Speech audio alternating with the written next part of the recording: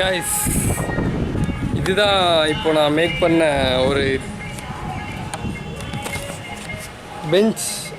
எப்படி சொல்லலாம், working bench அப்படின்னு சொல்லலாம்.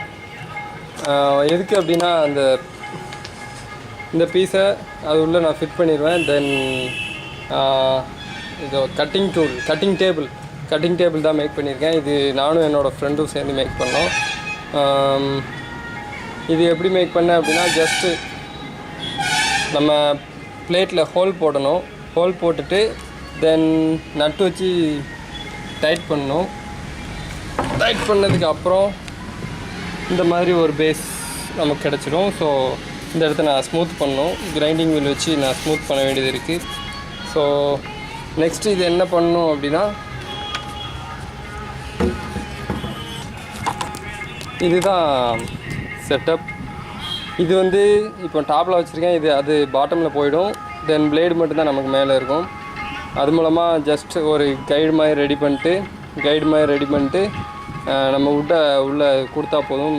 ஈஸியாக அதுவே ஸ்லைஸ் ஆகிடும். சேஃப்டியாகவும் இருக்கும். தென் நமக்கு ஒர்க்கும் ரொம்ப கம்மியாகிடும். அதனால தான் இது மேக் பண்ணோம். ஃபினிஷ் பண்ணிட்டு இது எப்படி ஒர்க் ஆகுது அப்படிங்கிறத சொல்கிறேன். இதோட ஃபுல் ஒர்க்கிங் ப்ராசஸ் நான் பண்ணல, பிகாஸ் மறந்துட்டேன் சொல்ல போனால். ஓகே, எப்படி ஒர்க் ஆகுதுன்னு பார்க்கலாம்.